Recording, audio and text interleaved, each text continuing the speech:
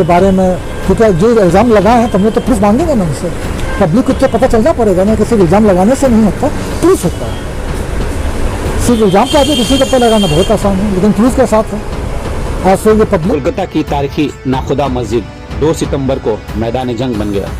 मस्जिद के इमाम, मुअज्जिन व मुतल्लियान के आपसी नाइत्तफ़ाक़ी इस कदर बढ़ी के इमाम, मुअज्जिन और मुतल्लियान के दरमियान मारपीट तक हो गई, जिसकी वीडियो फुटेज मंजर-ए-आम होने के बाद आम लोगों को शर्मसार कर दिया। आइए सुनते हैं इस मुतल्लिक से मस्जिद के मुतल्ली नासिर इब्राहिम ने मीडिया से बात करते हुए क्या कहा। 3000 में अगर खुश नहीं है तो इतनी ज़्यादा 3000 में तो नहीं बनेगा। तो ये तो हमको पता है कि कहाँ से आमदनी कर रहे हैं। मैं दावा के साथ कहता हूँ सब कुछ मस्जिद से उनको मिल रहा है। वो कैसा दावा करते हैं 3000 में परवरिश होगी फैमिली की, वहाँ जितना फ्लैट खरीदे कहाँ से खरीदे हैं वो ये तो फिर अपना इनकम बताए। ये तो फिर जो हमारे पर इल्ज़ाम लगाए हैं कि करोड़ रुपया आता है मस्जिद में, ये तो मस्जिद के बिहाफ में वो जाते होंगे किसी के पास बोलने के लिए कि मैं इमाम हूँ, मस्जिद में फलाना काम हो रहा है, क्योंकि मस्जिद में तो 12 महीना काम चलते रहता है, उसी को दिखा के कलेक्शन करते होंगे और मस्जिद के नाम पे। और फिर अपना घर कहाँ से आ रहा है, अपना घर का पता है। आज घर लिए हैं, दुकान लिए हैं, सब भाड़ा में चले, कहाँ से आ रहा सब, उनके पास क्या था जब वो आए थे 2002 में। वो जब आए थे पहला रमज़ान में उनकी नायब इमामत की उनकी अपॉइंटमेंट हुई थी, तो क्या था उनके पास, आज कहाँ से आया। उस वक्त तो 800 में राजी थे, वो 800 में साइन किए कि मैं आपके साथ तमाम टर्म्स एंड कंडीशन को मैं मानता हूँ और आप लोग की बड़ी शुक्रगुजार है कि आप लोगों ने मुझे मौका दिया है, और आज वो हम ही लोग का पूरा कर रहे हैं। और फिर हम लोगों का जो इनकम है मस्जिद की भाड़ा से इनकम है, उसमें हमको कॉर्पोरेशन टैक्स देना पड़ता है, इलेक्ट्रिक का बिल देना पड़ता है, सब कुछ देना पड़ता है हमें। उनको क्या देना पड़ता है, उनको कुछ देना पड़ता है। 40% है आपका कॉर्पोरेशन का टैक्स भाड़ा के ऊपर, तो हमें क्या बचता है। और फिर इल्ज़ाम लगाते हैं कि आपका हम उनका तनख्वाह इतना कम है, इतना तनख्वाह कम में इतना जायदाद नहीं बन पाएगा। मुझे बड़ी अफसोस है, मैं माफ़ी चाहता हूँ कि मुझे ये बात को करना पड़ा, क्योंकि इल्ज़ाम हमारे ऊपर लगा, हमको अपना आपको क्लियर करना पड़ा। इसीलिए मैं ज़रा ऊंची आवाज़ में भी कहा, और अगर किसी को कुछ ख़राब लगे तो मुझे माफ़ कर। 144 1 सितंबर को इन्फोर्स हो चुका था। ये हम लोगों से सोच से पता चला कि मौलाना शफीक साहब जो हमारे नाखुदा मस्जिद के नायब इमाम हैं, वो बाय फोर्स दीवार बनाएंगे, जो हम लोगों ने इस दीवार को रिनोवेशन के पर्पज़ के लिए उसको डिसमेंटल किया था, कि बाद में उसको अपने हिसाब से खूबसूरती के लिए इमाम का ऑफिस जैसा वैसे रहेगा, और हम लोग उस जो खाली जगह पड़ा हुआ था बाएं तरफ में, उसको अपने मुतवल्लियों का ऑफिस बनाएगा फॉर एडमिनिस्ट्रेटिव पर्पज़, ताकि बहुत किस्म का शिकायत भी हो रहा था कि आप लोग आते नहीं हैं। तो इमाम साहब इसी के विरोध में लड़ाई कर। तो इमाम साहब ने ये सोचा कि हम लोग ये कमरा बना के मौज़न को देंगे। खैर उनकी अपनी मर्जी थी जो समझने का।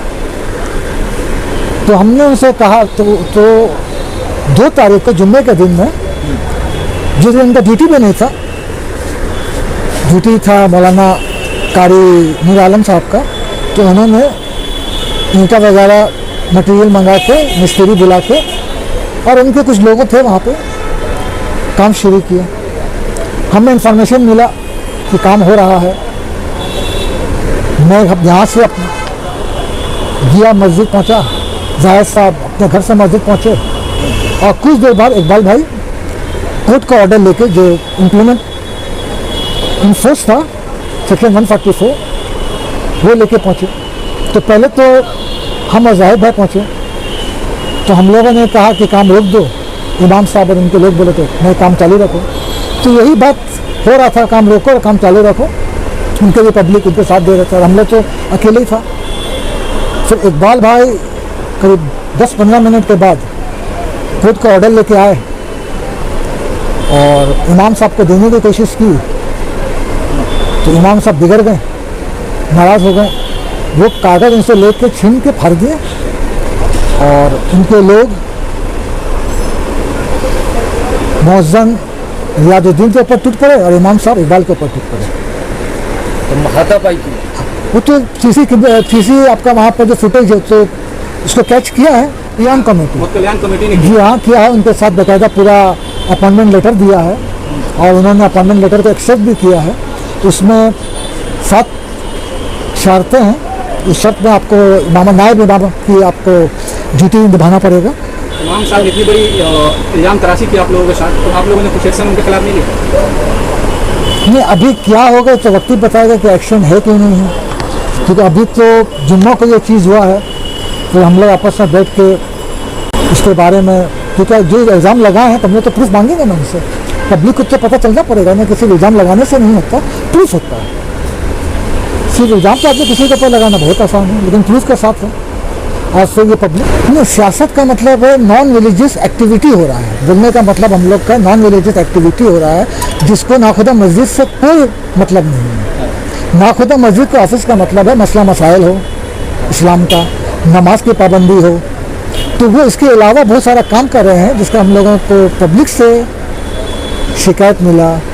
तो हम लोग इसीलिए वहाँ पर एकदम मॉनिटर के लिए हम लोग एक छोटा सा ऑफिस बना रहे थे इमाम के कमरे के बगल में, तो उसमें तो हम लोग का हक है ना बनाने के लिए। हम लोग इतने दिनों से आप लोग क्यों नहीं? मैं उनसे अपील करता हूँ कि बहुत सारे चैनल में आप दोनों की बात सुने, नेगेटिव बात भी पॉजिटिव बात भी, बहुत सारे इल्ज़ाम हम मुतवल्लियों के ऊपर लगे जिसका कोई प्रूफ उनके पास नहीं है, लेकिन उन्होंने जो किया है वो सब प्रूफ आपके पास आए हैं पब्लिक डोमेन में। इसमें हमको इसके बारे में और ज़्यादा बोलने की ज़रूरत नहीं है। अब ये आप लोग नमाज़ पढ़ते हैं, हम भी नमाज़ पढ़ते हैं उनके पीछे, लेकिन आप 5 वक्त के नमाजी हैं, 5 वक्त बाद जमात नमाज़ पढ़ते हैं, और आप लोग ही फैसला कीजिए और फैसला करके हमें बताइए कि इनके पीछे नमाज अगर पढ़ना जायज़ है या नहीं जायज़ है। और अगर जायज़ नहीं है तो आप लोग कुछ सोल्यूशन बताइए कि हम करें तो क्या करें, क्योंकि हम इमाम की इज़्ज़त करते हैं, करते हैं, हमारे बुज़ुर्ग भी करते थे, अपनी ज़िंदगी में चले गए, उन सब बुज़ुर्ग इमाम भी अपनी ज़िंदगी से जा चुके हैं, उन लोग भी इज़्ज़त करते रहे। अभी जो ये वाक़या हुआ है, इस वाक़या में हम लोग आपके फैसले का इंतज़ार करेंगे और आप लोग जो फैसला कीजिएगा सलाखों में। न्यूज़ में आप सभी का स्वागत है। आज मैं आपको बताना चाहूँगी, कोलकाता मैरिज हॉल कम कीमत में अच्छी फैसिलिटीज़ प्रोवाइड करती है।